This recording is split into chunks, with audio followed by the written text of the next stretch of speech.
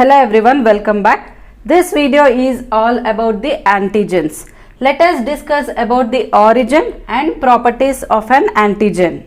Before we discuss about the properties, first let us see what this antigen means. Substances capable of inducing a specific immune response are called as antigens. We can also call these antigens as immunogens because here these antigens are capable of inducing specific immune response. These substances or molecules could be either proteins, peptides or polysaccharides.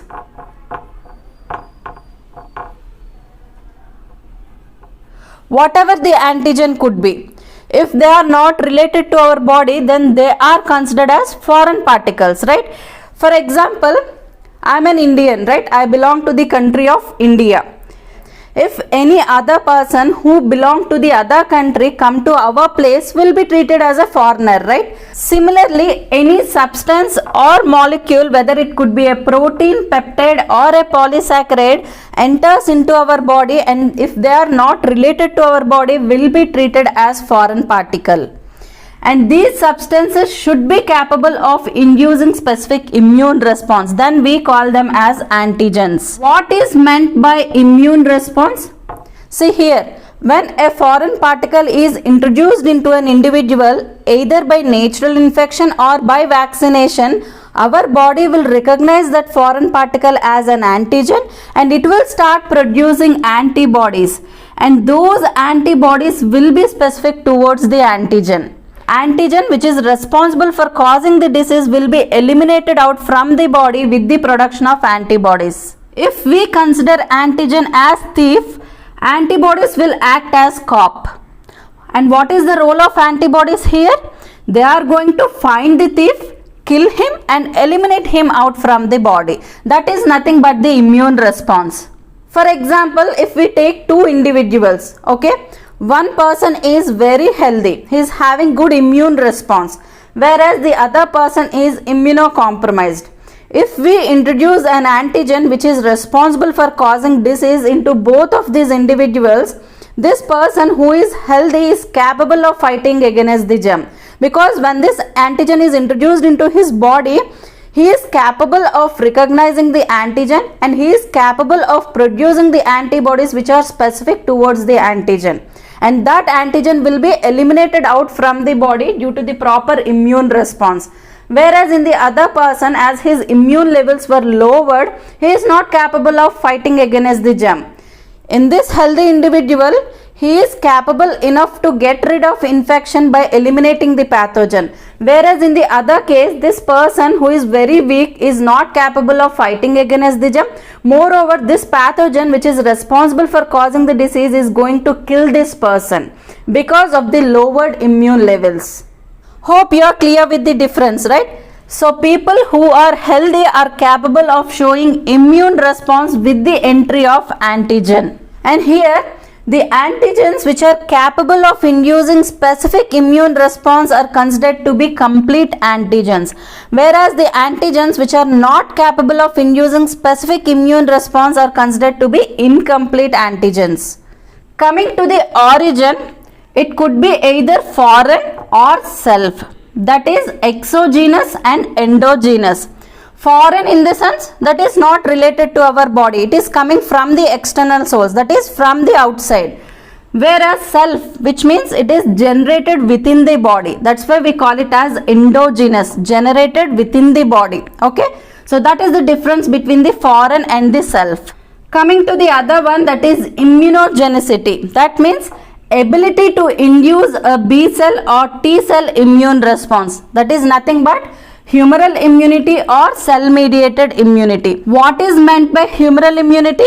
Here, after the entry of antigen into an individual, B cells will get activated, leading to the production of antibodies from plasma cells, and those produced antibodies will eliminate the pathogen or antigen out from the body. That is nothing but the humoral immunity.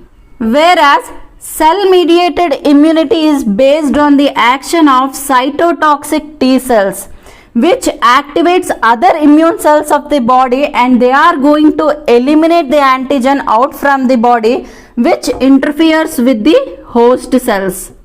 Hope you are clear with the humoral immunity and cell mediated immunity, right? So antigen should be able to induce either humoral immunity or cell mediated immunity, that is B cell or T cell immune response.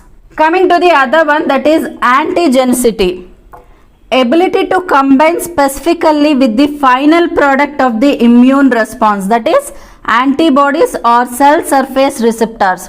What happens when an antigen is introduced into an individual? As a part of immune response, antibodies will be produced, right? So this antigen should be able to combine specifically with the final product of the immune response. This produced antibodies will go and bind with the antigen, forming an antigen-antibody complex. See here, after the entry of antigen, B cells will get activated, giving rise to plasma cells and memory cells. This plasma cells will give rise to antibodies, and this product of immune response will go and bind with the antigen, forming antigen-antibody complex. At the same time, these memory cells are going to capture the information about the antigen.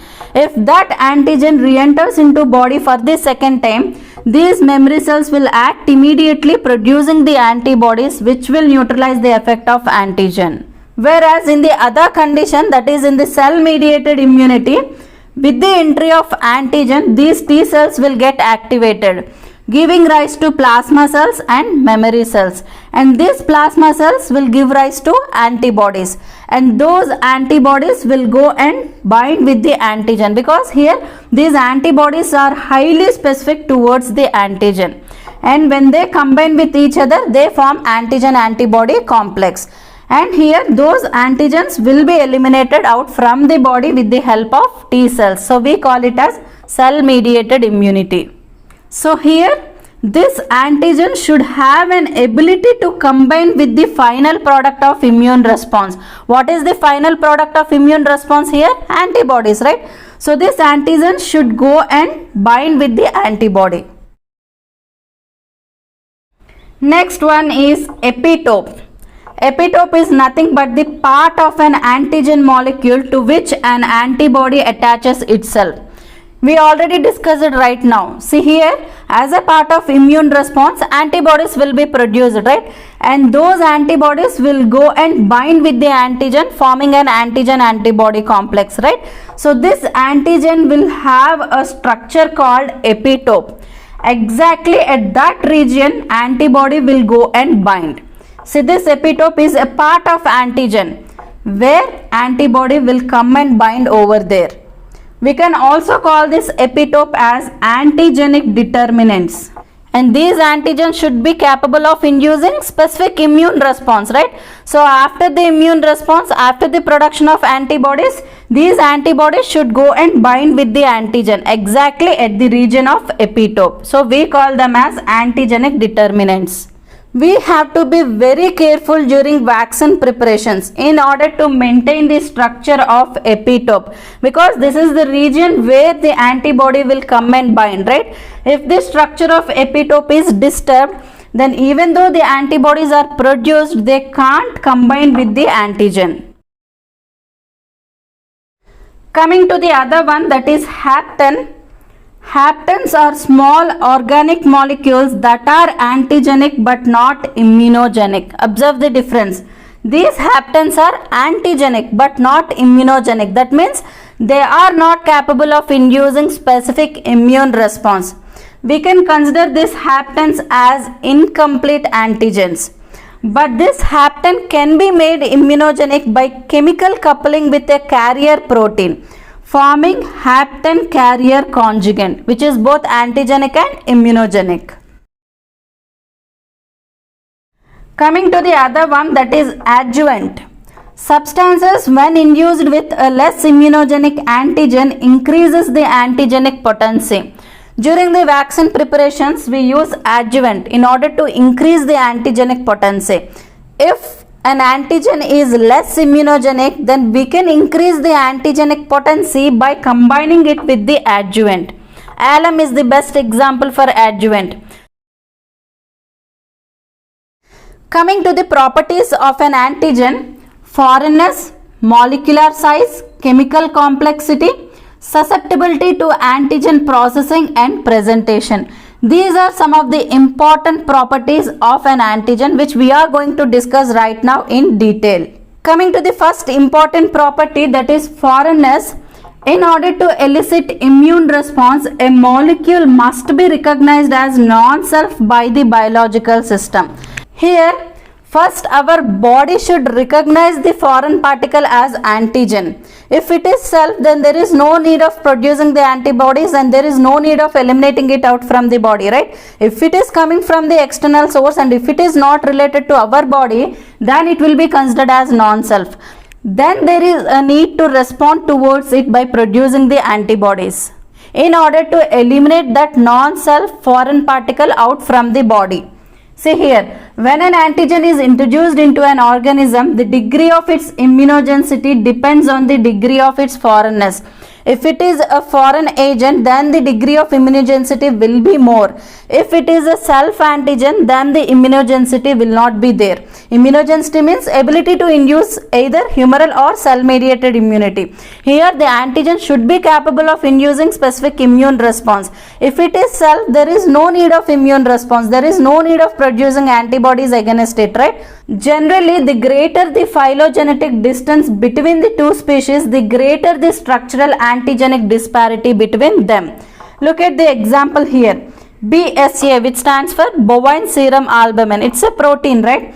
When we inject this protein into cow, it is non-immunogenic. Why? There is no foreignness expressed here. This bovine serum albumin is from bovine, that is from cow. So here it is considered as self and there is no need of immune response. There is no need of producing antibodies against this protein. Whereas when this bovine serum albumin is injected into another species, that is rabbit, it is strongly immunogenic. As this protein is isolated from the cow, it is considered as foreign particle to rabbit. Here it is not considered as self. So there is strong immune response. Coming to the other important property, that is molecular size. There is a correlation between the size of a macromolecule and its immunogenicity. The best immunogens tend to have a molecular weight approximately of 1 lakh Daltons. Generally, substances with the molecular mass less than 1000 are poor immunogens. Hope you are clear. See here, if a molecule is having higher molecular weight, that is around 1 lakh Daltons, then it will be considered as immunogenic. Whereas the molecules which have less molecular weight, that is less than 1000, will be considered as poor immunogens. Coming to the other property, that is chemical complexity. Proteins are the most potent immunogens while polysaccharides rank second. So here proteins take first place followed by the polysaccharides, which are nothing but sugars. In contrast, lipids and nucleic acids of an infectious agent generally do not serve as immunogens. For example, if you take virus or bacteria, they contain nucleic acid, right? Either DNA or RNA. That nucleic acid alone will not act as immunogen until they are complexed with proteins and polysaccharides. Generally, if you look into the structure of a virus, it will have either DNA or RNA as genetic material that is surrounded by a protein coat called capsid. So when this virus enters into a human body, it will be considered as foreign particle, right? And that induces the immune response leading to the production of antibodies. But here in this case, if alone this nucleic acid is introduced into an individual, it is not considered to be immunogenic until it is complexed with proteins or polysaccharides. Polymers composed of single amino acid are said to be less immunogenic. But if a polymer contains 2 or more different amino acids, then it is said to be immunogenic. Immunogenicity can be enhanced with the addition of aromatic amino acids like tyrosine or phenylalanine. Coming to the other important property, that is susceptibility to antigen processing and presentation. Here, The large insoluble macromolecules are considered to be highly immunogenic compared to the smaller ones, because these larger insoluble macromolecules are more readily phagocytosed. What is meant by phagocytosis? Nothing but the engulfment of the bacteria or microbe, right?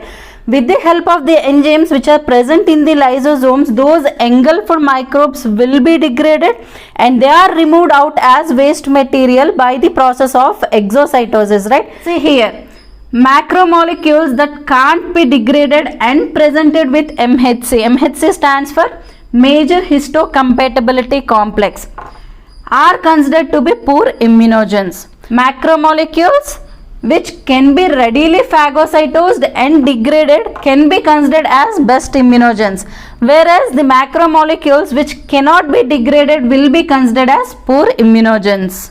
To T helper cells, the antigen must be with class 2 MHC on an antigen presenting cells, whereas to T cytotoxic cells, the antigen must be present with class 1 MHC molecule. Moreover, the immunogenicity also depends on genotype of recipient animal, immunogen dosage, route of administration and adjuvant. This is all about the antigens and its properties. In my next video, I will talk about the different types of antigens. Thank you so much.